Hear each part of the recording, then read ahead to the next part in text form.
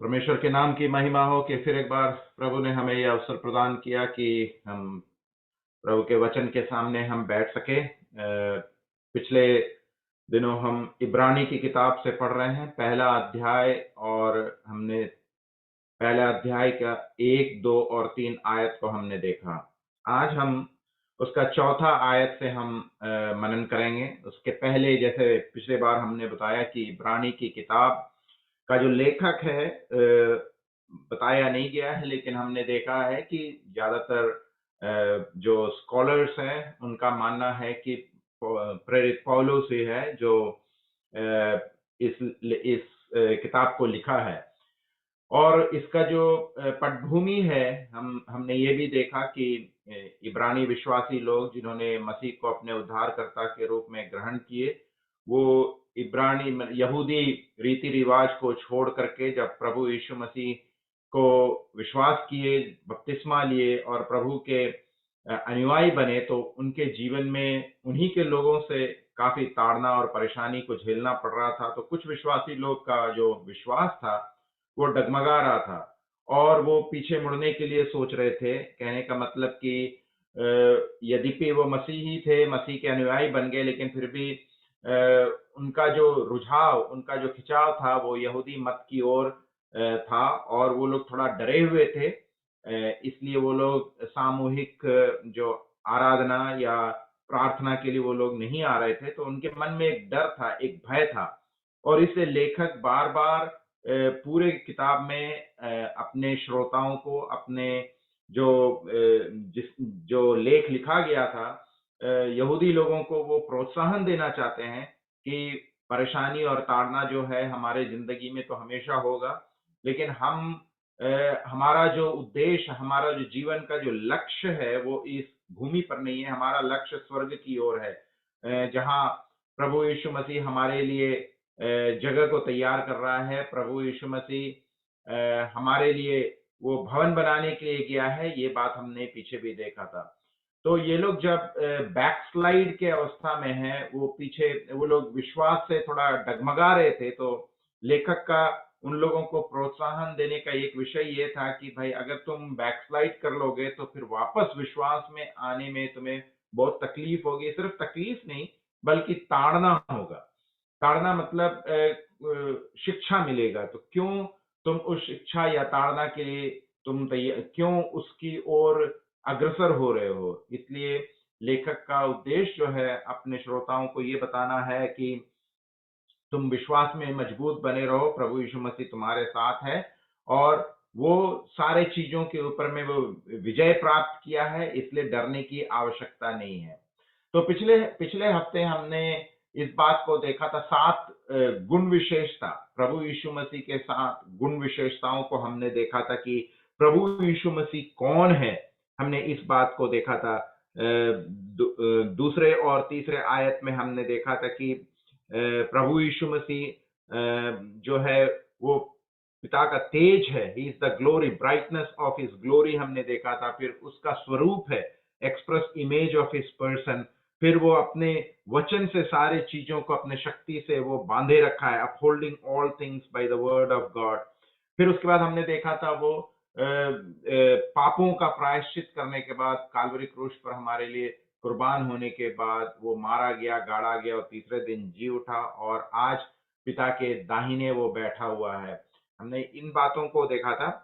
और लेखक का जो उद्देश्य है अपने श्रोताओं को ये बताना है कि प्रभु यीशु मसीह उत्तम है, प्रभु यीशु मसीह श्रेष्ठ है।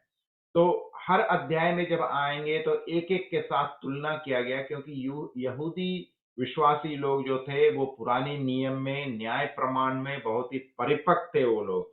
इसलिए बार बार वो न्याय प्रमाण को आगे ला करके नए नियम के साथ उसका तुलना कर करके ये बताने की कोशिश करेंगे कि भाई, प्रभु यीशु मसीह जो है उत्तम है, प्रभु यीशु मसीह जो है श्रेष्ठ है। अभी जैसे पिछले बार हमने ये देखा था कि जो नबी लोग हैं, नबियों से प्रभु यीशु मसीह श्रेष्ठ है। He is greater than the profits, जो हमने पिछले बार देखा था।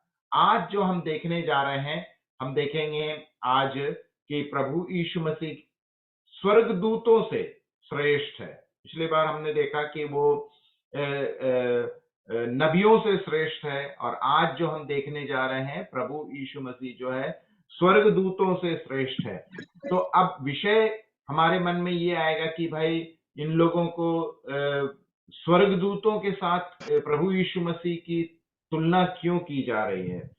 हम लोग तो स्वर्गदूतों पर उतना विश्वास नहीं करते हैं, लेकिन जो यहूदी मत के लोग थे वो लोग स्वर्गदूत की पूजा करते थे, उसकी आराधना करते थे, क्योंकि उन लोग के मन में ये था कि मूसा को जो न्याय प्रमाण दिया गया था परमेश्वर के द्वारा, वो स्वर्गदूत ने ला करके दिया था।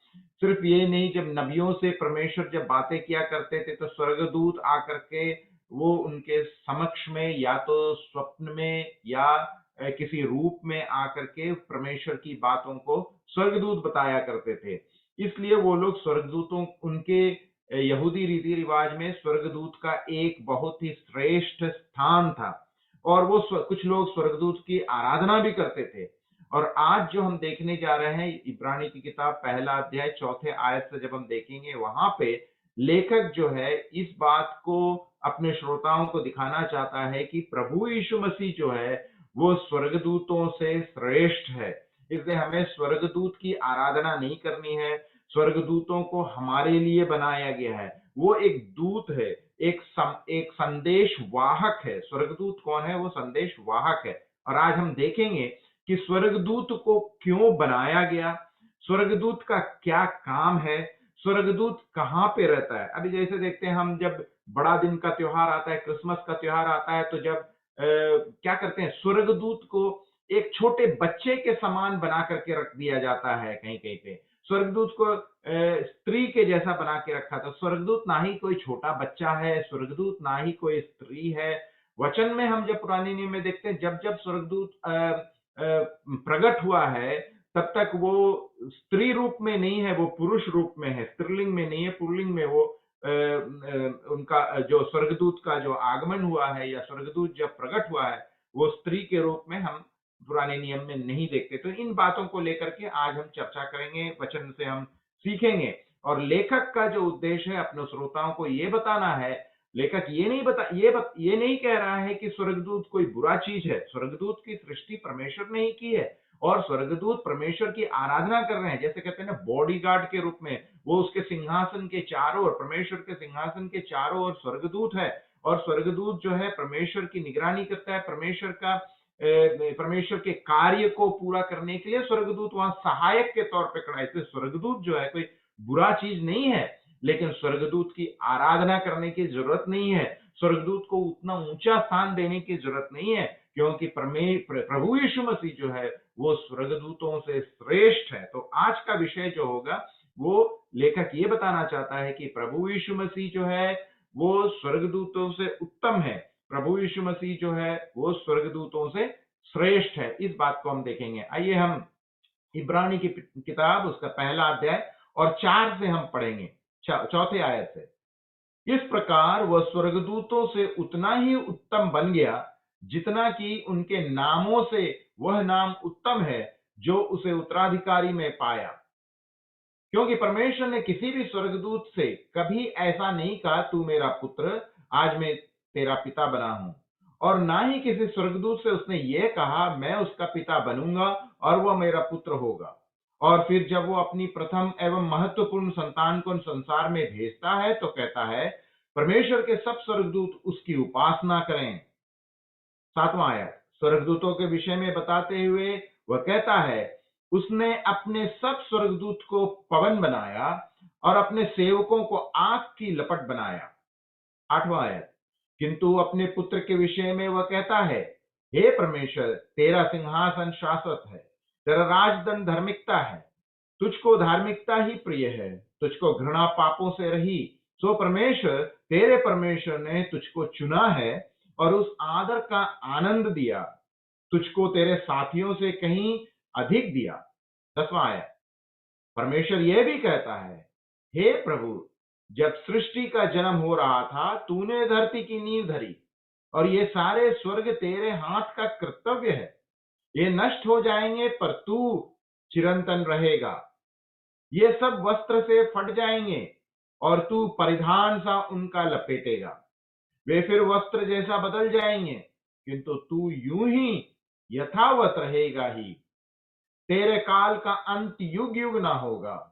13वां आयत, परमेश्वर ने कभी किसी स्वर्गदूत से ऐसा नहीं कहा, तू मेरे दाहिने बैठ जा, जब तक मैं तेरे शत्रुओं को तेरे चरण तल की चौकी ना बना दूं। आखिरी आयत 14वां आयत, क्या सभी स्वर्गदूत उद्धार पाने वालों की सेवा के लिए भेजी गई सहायक आत्माएं हैं? तो यहां पे जो हम देखते हैं चौथे आयत से, ये स्वर्गदूतों की बात बता रहा है लेखक, और यहां पे एक तुलना किया जा रहा है स्वर्गदूत और प्रभु यीशु मसीह से तुलना करके ये बताया गया है कि स्वर्गदूत जो है प्रभु यीशु मसीह से उत्तम नहीं है, बल्कि प्रभु यीशु मसीह जो है वो स्वर्गदूतों से उत्तम है। फिर इसके अलावा फिर ये भी कहा गया है कि स्वर्गदूतों को हमारी सेवा के लिए, सिर्फ परमेश्वर की नहीं, हमारी विश्वासियों की, तो प्रभु स्वर्गदूत भी जो है वो हमारे लिए बनाया गया है, वो हमारी सहायक के लिए बनाया गया, इसलिए हम उसकी आराधना नहीं करेंगे। हम किसकी आराधना करेंगे? स्वर्गदूत को बनाने वाला, जो स्वर्गदूत की सृष्टि करता है। अभी हमने देखा परमेश्वर ने सारे जगत का सृष्टि किया, लेकिन यहां पे यह भी बताया गया कि उसका पुत्र प्रभु यीशु मसीह भी, जो प्रभु यीशु मसीह है वो भी सृष्टाव है। उस बात को हम आज यहाँ पे हम पढ़ेंगे।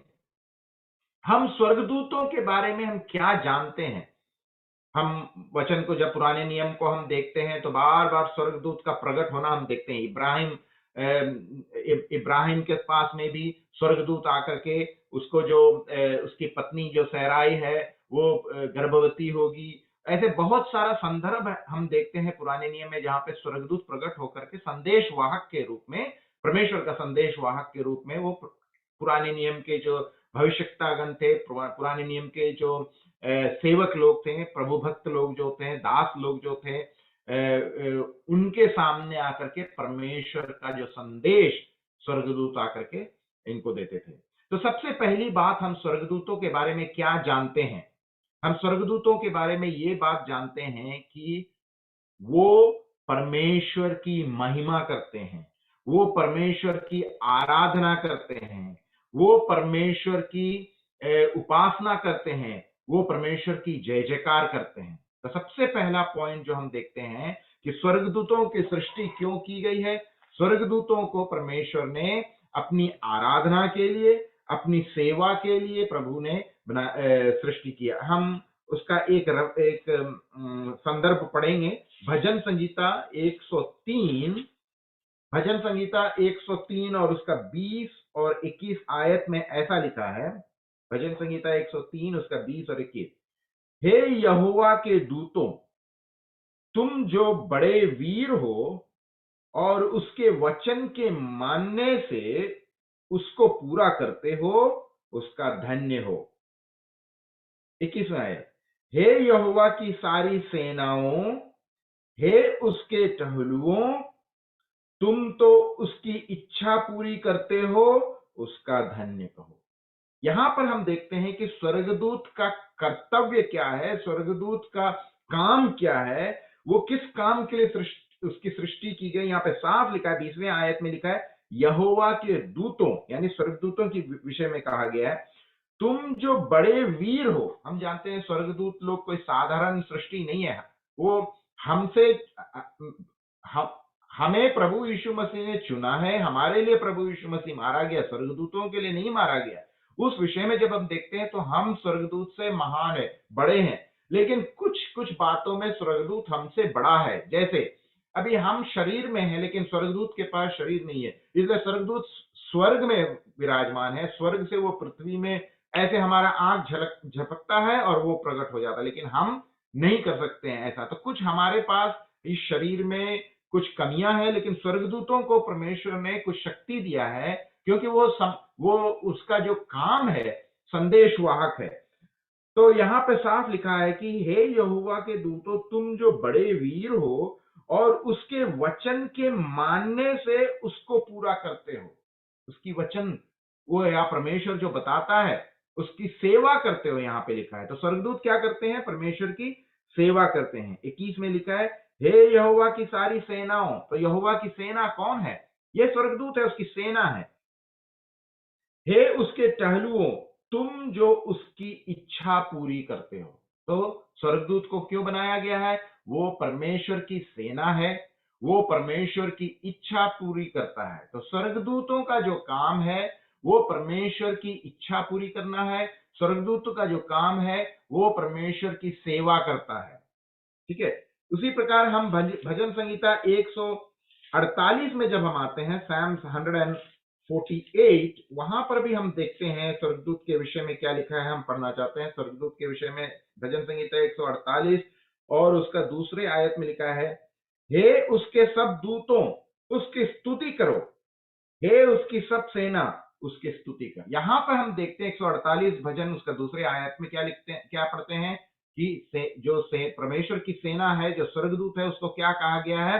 उसकी स्तुति करो, उसकी आराधना करो। अभी हम भजन संहिता 103 में देखा कि वो उसकी सेवा करते हैं। भजन संहिता 148 में हम जो देखते हैं वो उसकी आराधना करते हैं, उसकी प्रशंसा करते हैं, उसकी जय जयकार करते हैं। उसके अलावा अगर हम प्रकाशित वाक्य की किताब में जब हम आते हैं, उसका 7वां अध्याय, प्रकाशित वाक्य उसका 7वां अध्याय और 11वें आयत में जब हम आएंगे, वहां पर क्या लिखा है? प्रकाशित वाक्य 7वां अध्याय 11वें आयत, और सारे स्वर्गदूत के विषय में लिखा है, एक नहीं सारे, उस सिंहासन और प्राचीनों और चारों प्राणियों के चारों ओर खड़े हैं। तो स्वर्गदूत कहां पे रहते हैं? हमको उत्तर मिल गया, तो स्वर्ग में है। और वो कहां खड़े हैं? सिंहासन के चारों ओर। और वो क्या कर रहे हैं? प्राणियों के चारों ओर खड़े हैं। फिर वे सिंहासन के सामने मुंह के बल गिर पड़े और परमेश्वर को दंडवत करके कहा, आमीन।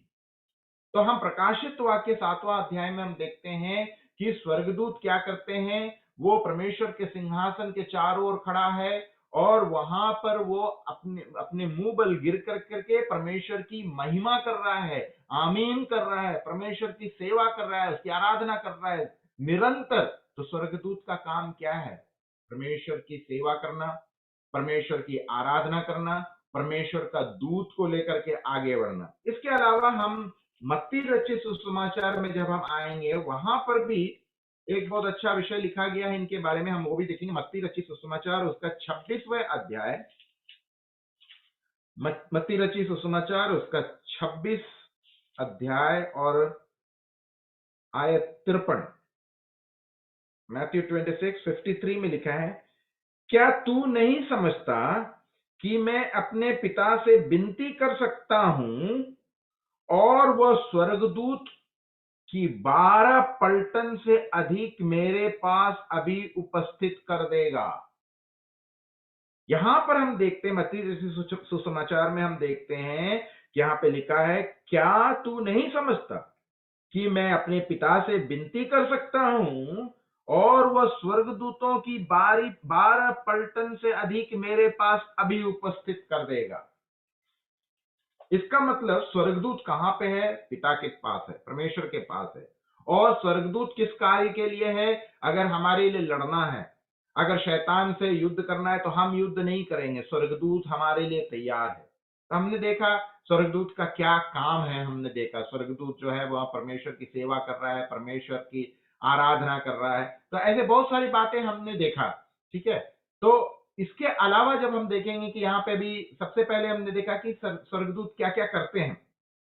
अब हम देखेंगे स्वर्गदूत और क्या करते हैं। जैसे अभी मत्ती रचित सुसमाचार उसका दूसरा अध्याय को अगर हम देखेंगे, मत्ती रचित सुसमाचार उसका दूसरा अध्याय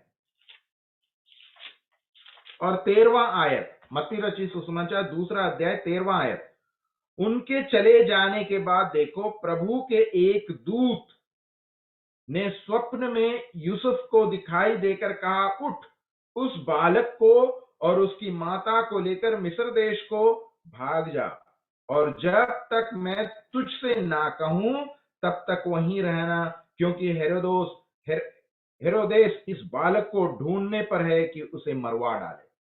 तो यहां पर हम देखते हैं कि वो परमेश्वर का संदेशवाहक है। स्वर्गदूत क्या है? वो दूत को लेकर के जाता है। हम जानते हैं कि पुराने नियम में जैसे मूसा भी परमेश्वर को नहीं देख सकता था, क्योंकि वहां पे साफ लिखा था कि जिस दिन वो परमेश्वर को देख लेगा वो मर जाएगा, क्योंकि उसका जो ग्लोरी है, उसका जो तेज है, वो इतना ज्यादा है कि वो हम परमेश्वर को अपनी इस आंख से नहीं देख सकते हैं, क्योंकि परमेश्वर पवित्र है और हम इस अपवित्र शरीर में हम परमेश्वर को अपनी आंखों से नहीं देख सकते हैं। तो इसलिए क्या था, स्वर्गदूतों को भेजा जाता था भविष्यताओं के द्वारा जो भी बातें लोगों को बताना था, तो वो स्वर्गदूत के द्वारा भविष्यता से बातें होती थी और भविष्यता बताते थे। यहां पर हम देखते हैं कि जब यूसुफ और मरियम की जो बात हुई थी, मरियम जब गर्भवती होगी, ये विषय जो चीज था, वहां पर भी स्वर्गदूत आकर के परमेश्वर के दूतवाहक, संदेशवाहक के रूप में हम दे आर गॉड्स मैसेंजर। वो कौन है? स्वर्गदूत लोग जो है परमेश्वर के संदेशवाहक लोग हैं। एक और आयत को हम देखेंगे, लूका रचित सुसमाचार, उसका पहला अध्याय, लूका रचित सुसमाचार उसका पहला अध्याय और उसका 11वें आयत में क्या लिखा है? लूका 1 और उसका 11, यहां पे लिखा है कि प्रभु का एक स्वर्गदूत धूप की वेदी की दाहिनी ओर खड़ा हुआ उसको दिखाई दिया। तो कहां पर है वो दाहिने साइड में, वो जहां पे धूप है, ऑल्टर ऑफ इंसेंस है, वहां पर हम देखते हैं ये दिखा। तो स्वर्गदूत कहां पे है? ऑल्टर ऑफ इंसेंस के पास में है, परमेश्वर की सन्निधि में है। तो निरंतर वहां पे वो, उसकी उपस्थिति यहां पे नहीं है, धरती पे नहीं है। स्वर्गदूत इसलिए कहा गया है स्वर्गदूत, पृथ्वी दूत नहीं कहा गया है। पृथ्वी दूत होता तो पृथ्वी में वास करता, लेकिन ये स्वर्ग में वास करने वाला है, इसलिए स्वर्ग का नाम जुड़ा हुआ है। और दूत है, तो कहां का दूत है? स्वर्ग का दूत है। तो स्वर्गीय बातों को बताने के लिए वो एक दूत है, संदेशवाहक। जैसे हम कहते हैं ना पोस्टमैन, जिसको हम कहते हैं, पोस्टमैन का काम क्या है? संदेश को इधर से उधर पहुंचाना। उसके अलावा जब हम देखते हैं कि स्वर्गदूत और कौन है, भजन संहिता, अगर हम उसका, हमेशा हम भजन संहिता को पढ़ते हैं, 91, 90, 91 ये भजन को हम पढ़ते हैं ना, वहां पे क्या लिखा है? भजन संहिता 91 में उसका 11वें आयत में क्या लिखा है? क्योंकि वह अपने दूतों को तेरे निमित्त आज्ञा देगा। क्या लिखा है? वह मतलब परमेश्वर अपने दूतों को, ये दूत किसके हैं? परमेश्वर के हैं। वो क्या करेगा? तेरे निमित्त, तेरे मतलब मेरे लिए और तुम्हारे लिए, परमेश्वर की संतान, प्रभु यीशु मसीह को, प्रभु यीशु मसीह के जो संतान है, उसके लिए परमेश्वर क्या करेगा? आज्ञा देगा। क्या आज्ञा देगा? कि जहां कहीं तू जाए वे तेरी रक्षा करें। कितना साफ लिखा हुआ है भजन संहिता 91 और उसका 11 में साफ लिखा है, परमेश्वर स्वर्गदूतों को आज्ञा देगा मेरे लिए, तुम्हारे लिए।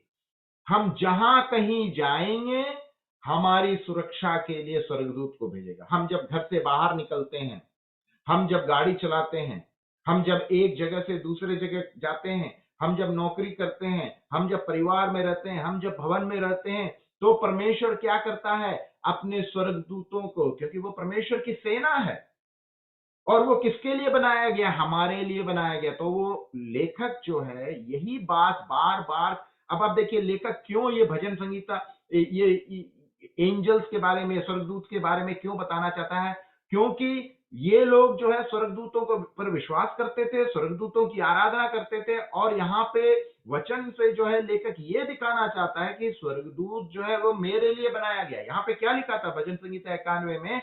वो हमारे लिए बनाया गया है, हम उसके लिए नहीं बनाए गए हैं।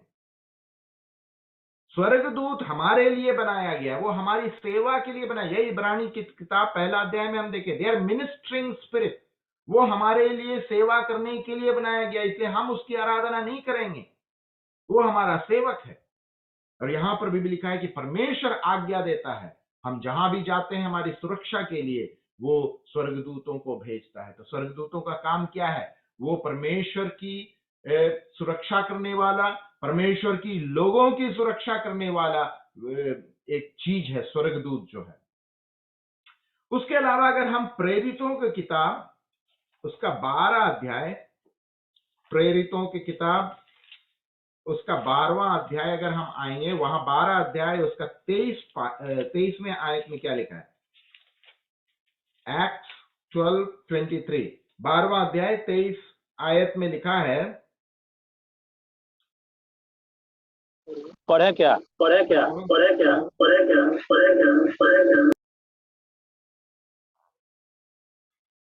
ओके, मैं पढ़ता हूं।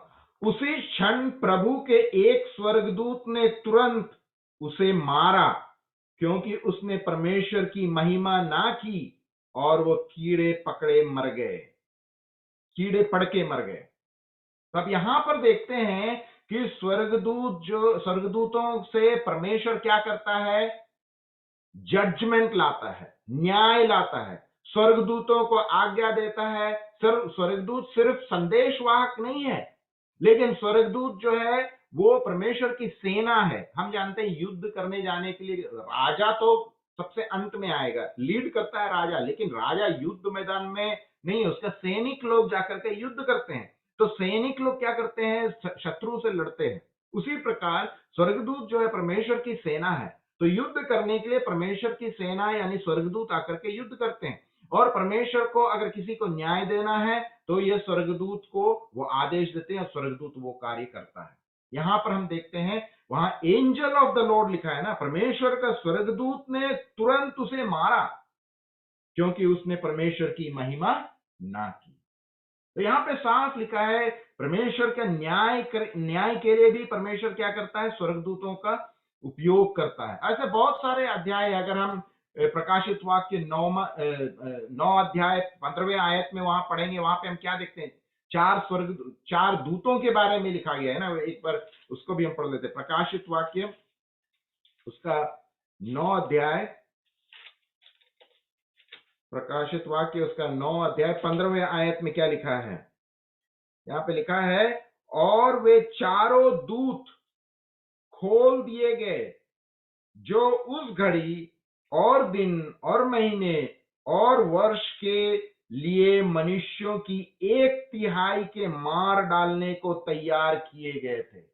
तो स्वर्गदूतों को तैयार किया गया था इस दिन के लिए, इस न्याय के लिए, इस दंड के लिए, मनुष्यों के ऊपर ये दंड के लिए स्वर्गदूतों को तैयार किया गया था। किसने तैयार किया था? परमेश्वर ने तैयार किया था। अभी हम देख रहे हैं स्वर्गदूतों के बारे में हम कितनी बातों हमने वचन से देखा है, कि वचन में लिखा है कि स्वर्गदूतों को क्यों बनाया गया।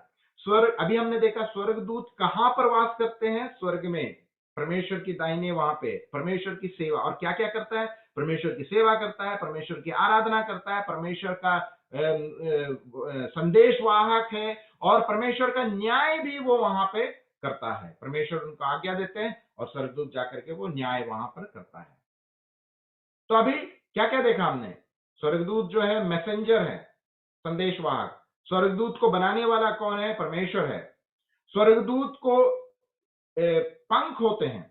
जैसे हम अगर प्रकाशित वाक्य में आते हैं, वहां पे हम देखते हैं स्वर्गदूत को पंख होते हैं, और वचन में हम कहीं नहीं देखते हैं। जैसे मैंने बताया, जो मनुष्य लोग यहाँ पे कोई भी त्योहार होता है तो वो स्वर्गदूत को ऐसे छोटे बच्चे के जैसे, छोटा बच्चा कहीं हम नहीं देखते हैं, ना ही कोई स्त्री के रूप में देखते हैं। मनुष्य के रूप में वो पुरुष के रूप में आया है। वो उनका शरीर नहीं है, इसलिए हमारा शरीर है, इसलिए हम क्या एक जगह से दूसरे जगह नहीं जा सकते हैं। लेकिन स्वर्गदूतों का शरीर नहीं है, वो आत्मा है।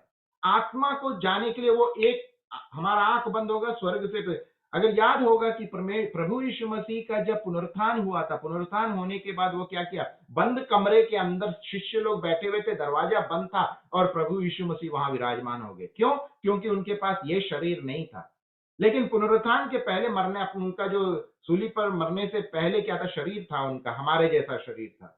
पुनरुत्थान के बाद हमारे जैसा शरीर नहीं था, वो आत्मा था। इसलिए क्या है? बंद दरवाजे से भी वो आत्मा आ सकता है, और स्वर्ग से तुरंत पृथ्वी में, ऐसा नहीं है कितना घंटा लगेगा, इतना सेकंड, कुछ नहीं। वो एक ही समय पे कितने जगह में हो सकता है, क्योंकि वो आत्मा है।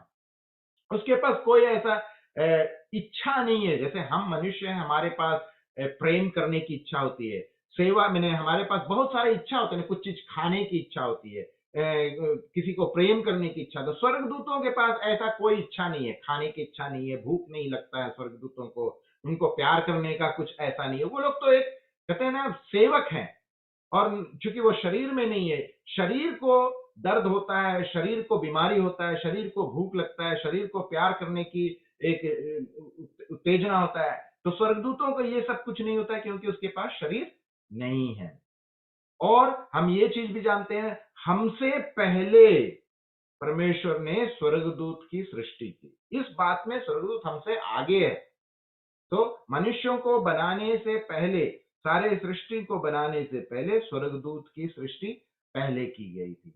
तो कौन है स्वर्गदूत हम जानते हैं। अब यहां पर लेखक का जो बात मैंने बताया कि उसका उद्देश्य क्या है, अपने श्रोताओं को, यहूदी विश्वासियों को ये बताना है, क्योंकि ये लोग पुराने नियम में बहुत ही परिपक्व थे, न्याय प्रमाण में बहुत परिपक्व थे। तो न्याय प्रमाण में परिपक्व लोगों को वो पुराने नियम से ही क्या कर रहा है, यहां पर भी हम जो पढ़ेंगे और जो पढ़े हैं उसमें बार बार जो रेफरेंस, जो बार बार जो लेखक बताने की कोशिश कर रहा है, वो अपनी भाषा में नहीं बोल रहा है, वो पुराने नियम से एक एक बात को ला करके यहां बोल रहा है, क्योंकि वो लोग पुराने नियम को विश्वास करते थे। लेखक अगर अपनी भाषा में बोलेंगे तो विश्वास नहीं करेंगे, लेकिन भजन संहिता से अगर एक भाग लेकर के भजन संहिता में ऐसा लिखा है, तब तो वो तर्क नहीं कर सकते, क्योंकि वो भजन संहिता पे विश्वास करते हैं, वो न्याय प्रमाण पे विश्वास करते हैं। इसलिए लेखक क्या करता है, वहां से एक अध्याय को लेकर के वो बात को बताएगा, देखो यहाँ पे लिखा हुआ है। इसलिए हमने जो भजन संहिता की बातों को हमने पढ़ा, वहां पर लिखा हुआ है स्वर्गदूत क्या है, स्वर्गदूत किस लिए बनाया गया है, सब चीज, तब तो वो तर्क नहीं कर सकते, उनको विश्वास करना ही होगा, क्योंकि इन बात पे विश्वास करते हैं। तो प्रभु यीशु मसीह से दूतगण श्रेष्ठ कैसे हैं। सबसे पहले क्या है कि प्रभु यीशु मसीह जो है वो क्या है, उनका जो ओरिजिन है, उनका जो शुरुआत है, ना ही कोई शुरुआत है ना ही कोई अंत है। He has no beginning no end, उसका ओरिजिन नहीं है। He is from eternity past to eternity future, अनंत काल से अनंत काल तक। लेकिन स्वर्गदूत जो है एक सृष्टि है, प्रभु यीशु मसीह एक सृष्टि नहीं है।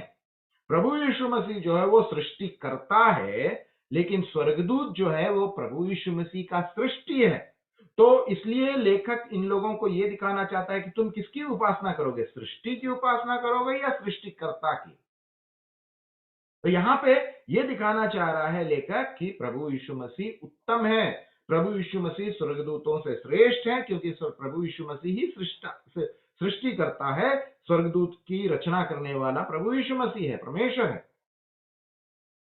उसके अलावा प्रभु यीशु मसीह के बारे में बहुत सारी प्रतिज्ञाएं अभी हम इस किताब में अभी पढ़ रहे हैं। जैसे परमेश्वर ने बोला ये मेरा पुत्र है, ये एक प्रतिज्ञा है, ये परमेश्वर का प्लान है, उसका उद्देश्य है ना। फिर परमेश्वर बोलता है मैं तुम्हें अपने सिंहासन के दाहिने बैठाऊंगा, ये सब प्रतिज्ञा है। लेकिन किसी स्वर्गदूत को तो परमेश्वर ऐसा प्रतिज्ञा नहीं दिया है। उसके अलावा प्रभु यीशु मसीह की आराधना करते हैं। अभी हम प्रकाशित वाक्य में देखे दूत लोग क्या करते थे, परमेश्वर की वहां आराधना कर रहे हैं, प्रभु यीशु मसीह की आराधना कर रहे हैं। और दूत की कोई आराधना नहीं कर रहा है, दूत गण उसकी आराधना करते हैं, दूत गण उसकी सेवा करते हैं। इसलिए प्रभु यीशु मसीह जो है दूतों से उत्तम है। प्रभु यीशु मसीह कमांड देते हैं, निर्देश देते हैं, क्योंकि वो सृष्टाव है, वो परमेश्वर है। स्वर्गदूत निर्देश देते नहीं है, स्वर्गदूत क्या करते हैं, निर्देश लेते हैं। निर्देश का वाहक है वो लोग। स्वर्गदूत जो है वो निर्देश का पालन करते हैं। प्रभु यीशु मसीह राजा है, लेकिन स्वर्गदूत कौन है, वो सेवक है, इस राजा का सेवक है। प्रभु यीशु मसीह सारे सृष्टि का सृष्टाव है, और उस सृष्टि में एक सृष्टि स्वर्गदूत है। स्वर्गदूत जो है वो मनुष्यों का सेवा करने के लिए बनाया गया। अभी हमने पढ़ा भजन संहिता 91 में हमने पढ़ा, या इब्रानी की किताब पहला अध्याय में भी यही लिखा हुआ है, दे आर मिनिस्टरिंग स्पिरिट। वो मेरे लिए और तुम्हारे लिए, परमेश्वर के संतानों के सेवा करने के लिए स्वर्गदूतों की सृष्टि की है। अगर वो हमारे सेवा के लिए बनाया गया तो हम उसकी सेवा कैसे कर सकते हैं, हम उसकी आराधना कैसे कर सकते हैं। लेकिन प्रभु यीशु मसीह जो है वो सारे मनुष्य जाति का वो सेवियर है, वो उद्धार करता है। इसलिए प्रभु यीशु मसीह जो है वो दूत गणों से श्रेष्ठ है। अब आइए हम इब्रानी की किताब उसका पहला अध्याय और उसका हम 4 और 5 आयत को हम पढ़ेंगे। अभी हम इसका बैकग्राउंड हमने देख लिया क्या है, स्वर्गदूत को क्यों बनाया गया, स्वर्गदूत कहां पर है, क्या स्वर्गदूत पृथ्वी में रहते हैं, स्वर्गदूत कहां कहां जा सकते हैं, स्वर्गदूत क्या क्या करते हैं, सब चीज हमने बताया। स्वर्गदूत को भूख नहीं लगता है बिकॉज शरीर नहीं है। स्वर्गदूत किस काम के लिए बनाया गया है, स्वर्गदूत अभी कहां पे है, सब चीज हमने देख लिया। अब हमारा दिमाग थोड़ा सा साफ हो गया। इतनी बात हम पहले से जानते हैं, हम लोग कोई स्वर्गदूत की आराधना नहीं करते हैं, लेकिन लेखक क्यों ये बताना चाह रहा है, क्योंकि इब्रानी विश्वासी लोग स्वर्गदूत की आराधना करते थे। वो जानते हैं मूसा को जो न्याय प्रमाण दिया गया था वो परमेश्वर ने स्वर्गदूतों के हाथ उसको भेजा गया था। इब्राहिम के पास जब उसको जो प्रतिज्ञा दिया गया था वो स्वर्गदूत विराजमान होकर के वो संदेश दिया गया था। यूसुफ और मरियम की जो बात वहां पे प्रभु यीशु मसीह जन्म लेगा करके वो भी स्वर्गदूत आके बताया। तो ये संदेश वाहक था। इसलिए ये लोग क्या करते थे, जिस प्रकार मूसा की आराधना करते थे स्वर्गदूत की भी ये लोग आराधना करते थे। और यहाँ पे लेखक का ये कहना है कि प्रभु यीशु मसीह जो है स्वर्गदूतों से महान है। स्वर्गदूत जो है, प्रभु यीशु मसीह जो है स्वर्गदूतों से श्रेष्ठ है। आइए इब्रानी की किताब पहला अध्याय उसका 4 और 5वां आयत को हम पढ़ेंगे। यहां पे लिखा है, और स्वर्गदूतों से उतना ही उत्तम ठहरा जितना उसने उनसे बड़े पद का वारिस होकर उत्तम नाम पाया, क्योंकि स्वर्गदूतों में से उसने कब किसी से कहा कि तू मेरा पुत्र है, आज तू मुझसे उत्पन्न हुआ, और फिर वह यह कि मैं उसका पिता हुआ और वह मेरा पुत्र होगा। अब आप देखिए यहां पर लेखक ये सवाल अपने श्रोताओं के सामने लाके खड़ा कर देता है कि परमेश्वर ने क्या कभी स्वर्गदूतों के विषय में ऐसा कहा जिस विषय को उसने अपने पुत्र के बारे में कहा, और ये पुत्र कौन है, प्रभु यीशु मसीह। अब ये लेखक जो है ये नहीं बोल रहा है कि मैं बोल रहा हूं, यानी लेखक बोल रहा है, नहीं बोल रहा है। वो क्या करता है, अपने श्रोताओं को जिस विषय को वो जानता है वहीं से वो उस अध्याय को ला करके इनके सामने में पेश कर देता है। और ये जो वचन हमने पढ़ा यहाँ पे कि परमेश्वर जो है, अब यहां लिखा है ना, क्योंकि स्वर्गदूतों में से उसने किससे कहा कि तू मेरा पुत्र है। ये जो कोटेशन है, ये जो भाग है, लेखक भजन संगीता 2 अध्याय से लेकर के यहां पे आता है। सैम नंबर 2 से पढ़ते हैं उसको। भजन संगीता 2 और उसका 7वां आयत में क्या लिखा है, भजन संगीता 2 और 7वां आयत में लिखा है, मैं उस वचन का प्रचार करूंगा जो यहोवा ने तुझसे कहा, तू मेरा पुत्र है, आज तू मुझसे उत्पन्न हुआ। ये देखिए लेखक ये नहीं बोल रहा है कि मैं बता रहा हूं, लेखक बोल रहा है कि भजन संगीता में लिखा हुआ है। इसलिए वो यहां पे जब हम पढ़ते हैं तो नहीं लिखा है कि भजन संगीता में लिखा है करके नहीं लिखा है, लेकिन जो जो वाक्य है, जो सेंटेंस यहाँ पे है, वो भजन संगीता 2 7वें आयत से उठा करके यहाँ पे लेके आया है। परमेश्वर प्रभु यीशु मसीह के विषय में बोलते हैं कि मैं तेरा पिता और तू मेरा पुत्र है। क्या किसी स्वर्गदूत को परमेश्वर ने बोला कि तू मेरा पुत्र है और मैं तेरा पिता हूं? किसी स्वर्गदूत को नहीं बोला। कहीं भी वचन में तुमने पढ़ा है, कहीं न्याय प्रमाण में तुमने पढ़ा है, लेकिन लेखक क्या किया, पुराने नियम से भजन संगीता 2 अध्याय में ये लिखा हुआ है ला करके वो पेश किया। सिर्फ वहां पे नहीं, 2 शमूएल की किताब 7वां अध्याय 12 आयत में भी लिखा है। 2 शमूएल,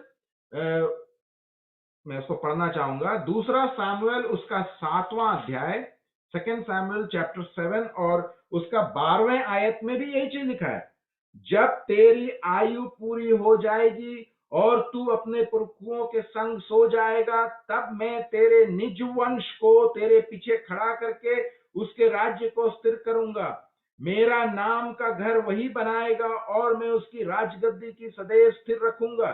मैं उसका पिता ठहरूंगा और वह मेरा पुत्र ठहरेगा। तो शमूएल की किताब में प्रभु यीशु मसीह के बारे में ये भविष्यवाणी की गई थी। लोग उस समय समझ नहीं पाते थे, वो सोचते थे कि दाऊद के पुत्र के बारे में लिखा गया, सुलेमान के बारे में लिखा है, दाऊद पिता होगा, सुलेमान पुत्र होगा। नहीं,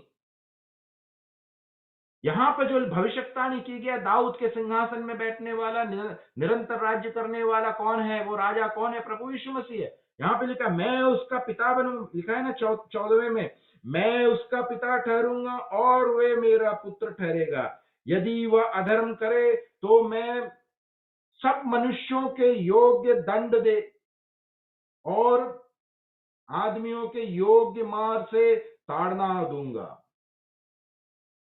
यहां पे ये प्रभु यीशु मसीह के विषय में लिखा गया है। तो लेखक जो है अपने श्रोताओं को ये बताना चाह रहा है, उससे सवाल कर रहा है कि कहीं तुमने वचन में पढ़ा है परमेश्वर ने कहा स्वर्गदूतों से कि तू मेरा पुत्र है और मैं तेरा पिता हूं, लेकिन परमेश्वर ने प्रभु यीशु मसीह के विषय में कहा कि मैं तेरा पिता हूं और तू मेरा पुत्र है। तो परमेश्वर और मसीह यीशु के बीच का संबंध क्या है? पिता और पुत्र का संबंध है। लेकिन दूत के विषय में वो तो सिर्फ सेवक हैं, वो पिता और पुत्र का संबंध नहीं है, वो राजा और प्रजा का संबंध है, वो मालिक और नौकर का संबंध है। लेकिन प्रभु यीशु मसीह के साथ पिता का संबंध पिता और पुत्र का संबंध है। हम जानते हैं पिता और पुत्र का संबंध कैसा है, एक सेवक का संबंध नहीं होता है।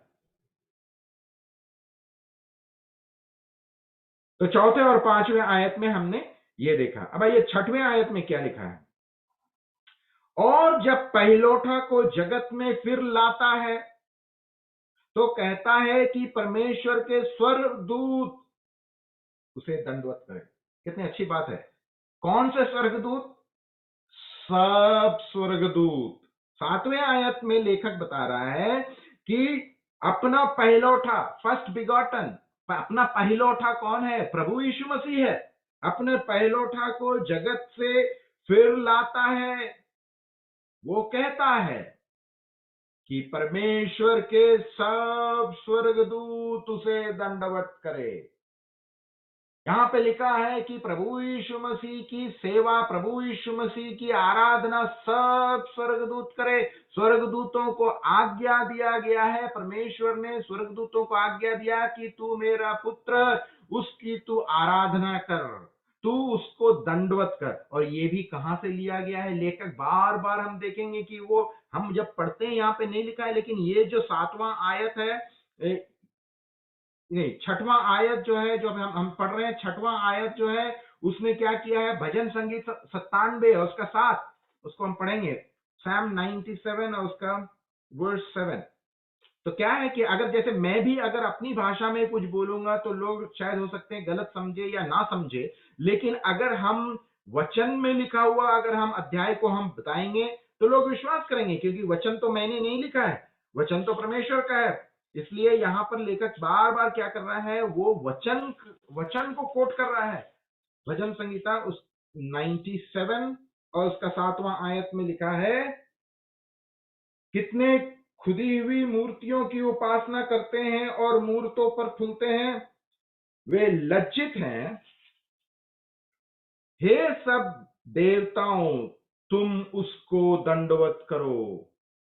यहां पे लिखा हे सब देवताओं, मनुष्य मूर्तियों को बनाता है, मनुष्य देवी देवताओं को बनाता है, और यहां पे आज्ञा दिया गया है, हे सारी देवताओं, हे सारे स्वर्गदूतों, तुम उसको दंडवत करो, तुम उसकी आराधना करो। तो ये बार बार लेखक क्या करने की कोशिश कर रहा है? वो ये दिखाना चाहता है कि तुम जो भाग पढ़ चुके हो, तुम जो बात विश्वास कर रहे हो, मैं तुम्हें दिखाना चाहता हूं। तुम स्वर्गदूत पे विश्वास करते हो, तुम स्वर्गदूत को इतना गंभीर लेते हो, लेकिन स्वर्गदूत से भी श्रेष्ठ है प्रभु यीशु मसीह। इसलिए तुमने प्रभु यीशु मसीह पर विश्वास किया है, तुमने अच्छा चुना है, तुम्हारा जो निर्णय है वो गलत नहीं है। प्रभु यीशु मसीह वो भविष्यताओं से महान है, वो श्रेष्ठ है। प्रभु यीशु मसीह स्वर्गदूतों से भी श्रेष्ठ है। अब 7वें आयत में हम आएंगे। यह लिखा है, और स्वर्गदूतों के विषय में यह कहता है। अब यहां स्वर्ग, अभी तक क्या है? अपने पुत्र के विषय में कह रहा था। अब स्वर्गदूतों के विषय में क्या कहता है? यह कहता है कि वह अपने दूतों को पवन और अपने सेवकों को धधकती आग बताता है। वो अपने स्वर्गदूतों को क्या बोलता है? Pawan. He makes the wind his messenger. इसका मतलब पवन मतलब क्या है? हवा। पवन मतलब क्या है? विंड। तो विंड को पवन को अपना दूत बनाता है। इसका मतलब क्या है? तो दूत कौन है? स्वर्गदूत। इसका मतलब स्वर्गदूत जो है वो पवन के समान है।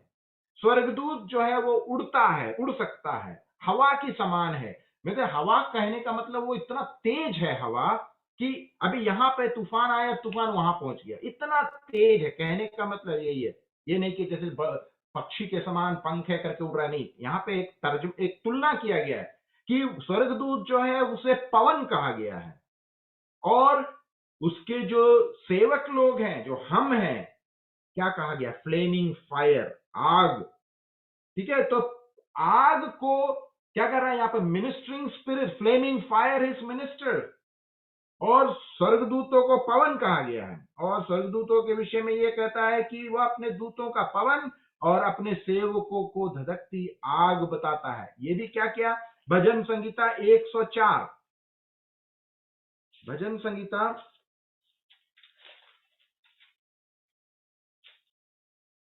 104 और उसका 4था आयत। यहां पे लिखा है, वो पवनों को अपने दूत और धधकती आग को अपने टहलुओं बताता है। अब देखिए, यही वाक्य हमने इब्रानी की किताब में पढ़ा, लेकिन वहां नहीं लिखा है कि भजन संगीता 104 का वो भाग है। लेकिन हम जानते हैं, इब्रानी विश्वासियों के पास ये पूरा बाइबल नहीं था। बाइबल हमारे पास है, इसलिए हम समझ सकते हैं कि इब्रानी की पत्री में जब लेखक ये बात को बता रहा था, तो वो उसकी भाषा नहीं थी, वो उसका कहना नहीं था। वो बार बार भजन संगीता से जो ये लोग विश्वास करते थे, ये सुन चुके हैं, ये पढ़ चुके हैं, ये जानते हैं, इसलिए ये वहां से उठा करके ये भाषा ला करके इनके मन में डाल रहा है, ताकि ये लोग विश्वास करें, ताकि ये लोग तर्क नहीं करें। इसलिए यहाँ पे जो अभी हमने 7वें आयत में पढ़ा, इब्रानी 1:7 में, वो भजन संगीता 104 और उसके 4थे आयत को यहाँ पे प्रकाशित किया है। अब आइए 8 और 9 आयत में, इब्रानी की किताब 1:8 और 9। परंतु पुत्र से कहता है, अब फिर पुत्र पे आ गया। ये पुत्र बार बार जो हम बोल रहे हैं, प्रभु यीशु मसीह की विषय है। परंतु पुत्र से कहता है कि हे परमेश्वर, तेरा सिंहासन युगान युग रहेगा, तेरा राज्य का राजदंड न्याय का राजदंड है। तूने धर्म से प्रेम और अधर्म से बैर रखा। इस कारण परमेश्वर, तेरे परमेश्वर ने तेरे साथियों से बढ़कर हर्ष रूपी तेल से तुझे अभिषेक किया है। तो यहां पे हम क्या देखते हैं? परमेश्वर ने अपने पुत्र को अभिषेक किया है। ठीक है, परमेश्वर ने अपने पुत्र को, 8 और 9 में हम देखते हैं कि उसके पास इटर्नल सिंहासन परमेश्वर ने प्रभु यीशु मसीह को दिया है। 8 और 9 में पुत्र से कहता है, ठीक है, ये पुत्र कौन है? प्रभु यीशु मसीह। पुत्र से क्या कहता है? हे परमेश्वर, तेरा सिंहासन युगान युग रहेगा। तो परमेश्वर का जो पुत्र प्रभु यीशु मसीह का जो सिंहासन है वो इटर्नल है, युगान युग है, फॉर इटर्निटी उसका सिंहासन रहेगा। और तेरा राज्य का राजदंड न्याय का राजदंड है। हम जानते हैं किसका राज्य ऐसा होगा। आज का राज्य हम देखते हैं वहां पे क्या न्याय है? नहीं है। लेकिन उसके जब न्याय आए, उसका जब राज्य आएगा, उसका राजदंड न्याय का राजदंड है। तूने धर्म से प्रेम और अधर्म से बैर रखा है। ये कैसे, कौन किया है? आज के युग में कोई मनुष्य ऐसा नहीं कर सकता है। यहां पे लिखा है धर्म से प्रेम और अधर्म से बैर रखा है। ये सिर्फ प्रभु यीशु मसीह के राज्य में हो सकता है, ये सिर्फ प्रभु यीशु मसीह ऐसा है। इस कारण परमेश्वर, तेरे परमेश्वर ने तेरे साथियों से बढ़कर हर्ष रूपी तेल से तुझे अभिषेक किया है। यहाँ पे साफ लिखा है कि परमेश्वर ने अपने पुत्र प्रभु यीशु मसीह का राज अभिषेक किया है। परमेश्वर ने पुत्र प्रभु यीशु मसीह को सिंहासन दिया है। परमेश्वर ने प्रभु यीशु मसीह, जो उसका अपना पुत्र है, अपना इकलौता पुत्र है, पहलौठा है, उसे अभिषेक किया है, राज्य अभिषेक किया है। उसे अपना सिंहासन किसने दिया है? परमेश्वर ने दिया है। ये भी भाग क्या किया है? कहां से लिया है? भजन संगीता 45, भजन संगीता उसका 45 और 6 और 7 पढ़ेंगे। भजन संगीता 45, 6 और 7। हे यहोवा अपनी करुणा हमें दिखा और तो हमारा उद्धार कर। मैं कान लगाए रखूंगा कि ईश्वर यहोवा क्या कहता है। ध्यान से सुनिए उसका 8वां अध्याय। मैं कान लगाए रखूंगा कि ईश्वर यहोवा क्या कहता है। वह तो अपनी प्रजा से जो उसके भक्त हैं शांति की बातें कहेगा, परंतु वे फिर के मूर्खता ना करने लगे। ये परमेश्वर प्रभु यीशु मसीह की विषय यहां पे हम देखते हैं और कहा है ईश्वर यहोवा कहता है वह तो अपनी प्रजा से जो उसके भक्त हैं शांति की बातें कहेगा। यहाँ पे हमने जो देखा 8 और 9 आयत में क्या देखा, धर्म से प्रेम अधर्म से वैर रखने वाला। ये किसकी बात है, ये प्रभु यीशु मसीह की बातें कहा गया है। 8 और 9 हमने देखा। अब आइए उसका इब्रानी की किताब पहला अध्याय 10 से 12 पढ़ेंगे। 10वें आयत में लिखा है, और यह कि हे प्रभु आदि में तूने पृथ्वी की नींव डाली। अब आप देखिए यहां पे पुत्र के बारे में कहा गया है, आदि में तूने पृथ्वी की नींव डाली। किसने नींव डाली? प्रभु यीशु मसीह ने। प्रभु यीशु मसीह, नए नियम में हम प्रभु यीशु मसीह को देखते हैं, लेकिन वचन कहता है प्रभु यीशु मसीह का ना अंत है ना शुरुआत है, अनंत काल है। जब सारी सृष्टि हुई तब परमेश्वर पुत्र और पवित्र आत्मा एक है। वहां पे प्रभु यीशु मसीह, यहां पे बताया गया कि प्रभु यीशु मसीह ने ही सारे सृष्टि की, यहां पे लिखा है, और यह कि हे प्रभु आदि में तूने पृथ्वी की नींव डाली और स्वर्ग तेरे हाथों की कारीगरी है। तो स्वर्ग को बनाने वाला, पृथ्वी को बनाने वाला कौन है? प्रभु यीशु मसीह है। 11वें आयत, वे तो नाश हो जाएंगे परंतु तू बना रहेगा, और वे सब वस्त्र की नाई पुराने हो जाएंगे, और तू उन्हें चादर की नाई लपेटेगा और वस्त्र की नाई बदल जाएगा, पर तू वही है और तेरा वर्षों का अंत ना होगा। तेरे वर्षों का अंत ना होगा। तो ये प्रभु यीशु मसीह के राज्य के बारे हमने देखा। प्रभु यीशु मसीह का राज्य अभिषेक किसने किया? परमेश्वर ने किया। उसका राज्य कभी अंत नहीं होगा, वो निरंतर रहेगा, अनादि काल तक उसका राज्य होगा। स्वर्ग को बनाने वाला, पृथ्वी को बनाने वाला प्रभु यीशु मसीह है। तो प्रभु यीशु मसीह कौन है? प्रभु यीशु मसीह सृष्टि करता है। ही क्रिएटेड द अर्थ, उसने इस सृष्टि की रचना की है। और ये कहां से लिया गया? ये भी जो भाग है ये भजन संहिता 102, मैं उसे पढ़ना चाहता हूं। भजन संहिता 102 पढ़ेंगे। भजन संहिता 102 और उसका 25, 26, 27। भजन संहिता 102 उसका 25, 26, 27 क्या लिखा है? यदि 25, आदि में तूने पृथ्वी की, ये देखिए यही चीज पढ़ रहे थे ना हम, इब्रानी की किताब उसका पहला अध्याय 10 से 12। यहाँ पे लिखा है भजन संहिता 102 और उसका 25, 26, 27। आदि में तूने पृथ्वी की नींव डाली, आकाश तेरे हाथों का बनाया हुआ है।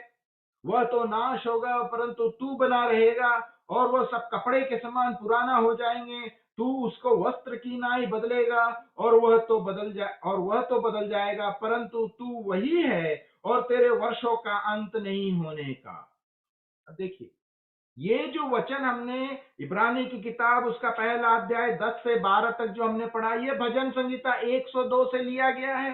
तो ये इब्रानी विश्वासी इस बात को जानते थे, इसलिए यहां पे ला करके वो ये दिखाना चाहता है, ये साबित करना चाहता है लेखक कि देखो ये विषय किसके बारे में लिखा है? प्रभु यीशु मसीह के बारे में लिखा है। और लेखक का उद्देश्य है ये दिखाना कि वो स्वर्गदूतों से भी उत्तम है, स्वर्गदूतों से भी महान है, वो कभी बदलने वाला नहीं है। He is unchanging, he is unchanging. आइए 13वें आयत में हम आएंगे। भजन इब्रानी की किताब पहला अध्याय 13 आयत क्या लिखा है? और स्वर्गदूतों में से उसने किससे कब कहा कि तू मेरे दाहिने बैठ, जब तक मैं तेरा वैरियों को तेरे पांवों के नीचे को पीढ़ी ना कर दूं। अब देखिए बात क्या है, तुलना कर रहा है लेखक। प्रभु यीशु मसीह को श्रेष्ठ बताना चाहता है, प्रभु यीशु मसीह उत्तम है, स्वर्गदूतों से महान है, स्वर्गदूतों से विशिष्ट है। इसलिए स्वर्गदूत की आराधना करने के बजाय प्रभु यीशु मसीह की आराधना करो। बार बार हम देख रहे हैं एक एक वाक्य जो लिखा गया है, ये पुराने नियम से वो उठा करके यहाँ पे ला करके दिखा रहा है। क्यों? क्योंकि ये लोग पुराने नियम पे विश्वास करते थे, और लेखक जो है अपनी भाषा ना बोल करके वो जो भाषा ये मानते थे, विश्वास करते थे, उसी को ला करके यहाँ पे लिख दिया है। अब ये जो 13 आयत जो हमने पढ़ा, वो भी क्या किया है? भजन संगीता 110 से लिया है। भजन संगीता 110 और उसका पहला आयत में क्या लिखा है? मेरे प्रभु से यहोवा की वाणी यह है कि तू मेरे दाहिने हाथ बैठ, और जब तक मैं तेरे शत्रुओं को तेरे चरणों की चौकी ना कर दूं। तो देखिए 13वां जो आयत इब्रानी 1 में लिखा है, वो भजन संगीता 110 पहला आयत से लिया गया है। और लेखक जो है वो पूछ रहा है अपने श्रोताओं से कि किस स्वर्गदूत से परमेश्वर ने ऐसा कहा, लेकिन प्रभु यीशु मसीह से उसने कहा कि तू मेरे दाहिने बैठ जा, जब तक मैं तेरे शत्रुओं को तेरे पांवों की बेड़ियां ना बना दो, पांवों के नीचे की पीड़ा ना कर दो। आखिरी आयत को हम देखेंगे, इब्रानी की किताब पहला अध्याय 14 आयत।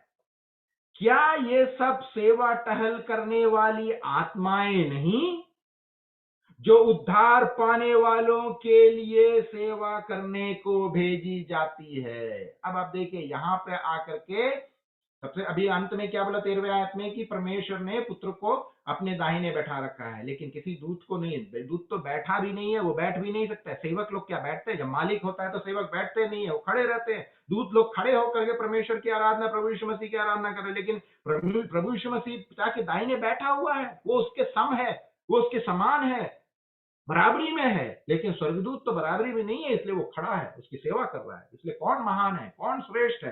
प्रभु यीशु मसीह श्रेष्ठ है। और अंत कितनी अच्छी तरह से कर रहा है, वो हमारे विषय में अब बता रहा है।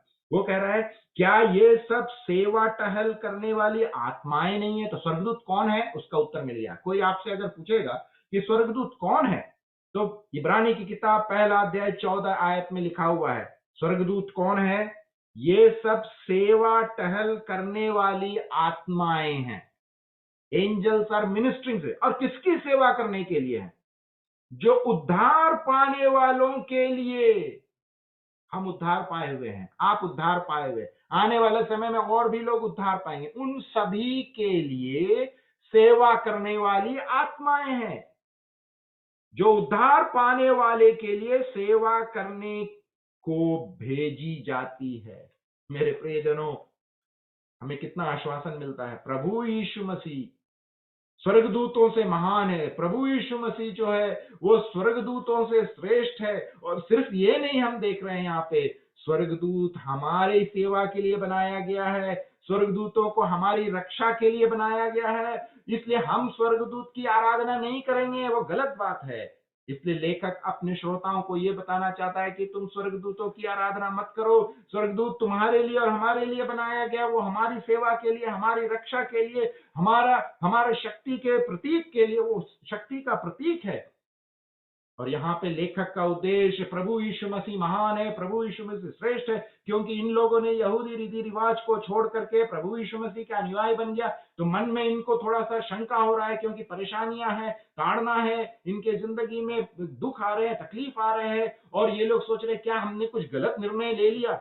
तो लेखक बार बार वचन से, पुराने नियम से, न्याय से ये दिखाना चाहता है कि नहीं, तुमने कोई गलत निर्णय नहीं लिया, तुम्हारा जो निर्णय है वो सही है, तुमने अच्छा निर्णय लिया है। प्रभु यीशु मसीह पुरोहितों से श्रेष्ठ है, प्रभु यीशु मसीह भविष्यवक्ताओं से श्रेष्ठ है, प्रभु यीशु मसीह प्रवाचक से श्रेष्ठ है। और आज हमने क्या देखा, प्रभु यीशु मसीह जो है वो दूत गणों से भी श्रेष्ठ है। इसलिए हमें दूतों की आराधना, दूतों की सेवा करने की जरूरत नहीं है, वो हमारी सेवा करता है। प्रभु यीशु मसीह पुत्र है, और परमेश्वर पिता ने कहा है तू मेरा पुत्र, मैं तेरा पिता हूं। और प्रभु परमेश्वर ने पुत्र को सिंहासन दिया है और कहा है निरंतर अनंत काल तक तू सिंहासन पर राज्य करेगा। अधर्म से वैर करने वाला वो प्रभु है, और पिता उसे अपने दाहिने बैठा रखा है। दूत लोग कोई दाहिने नहीं बैठे हैं। और लेखक जो है आगे चल के दूसरे अध्याय में भी हम जब देखेंगे, वो फिर वहां पे बार बार वो तुलना करने की कोशिश कर रहा है, क्योंकि उसका विषय यह है कि प्रभु यीशु मसीह सारे चीजों से, सब वस्तुओं से श्रेष्ठ प्रभु यीशु मसीह है। इसलिए वो अपने श्रोताओं को उत्तेजित करना चाहता है कि तुमने गलत निर्णय नहीं लिया है, तुम पीछे मत मुड़ो, तुम्हारा विश्वास ना डगमगाए, तुम प्रभु यीशु मसीह पे भरोसा रखो। वो विजय विजय प्राप्त किया हुआ राजा है, वो राजाओं का राजा, प्रभुओं का प्रभु है। इसलिए दुख तकलीफ हमें होगा, लेकिन अपने विश्वास से मत डगमगाना। प्रभु हम सबों को आशीष दे, सिर्फ यहूदी विश्वासियों के लिए नहीं, हमारे लिए भी। जब हम इस दुनिया में रहते हैं, हमारे भी जिंदगी में परेशानियां ताड़ना आएंगे, लेकिन हमने जिस प्रभु यीशु मसीह पे विश्वास किया है, वो हमें कभी छोड़ेगा नहीं, कभी त्यागेगा नहीं। परमेश्वर के नाम की महिमा हो।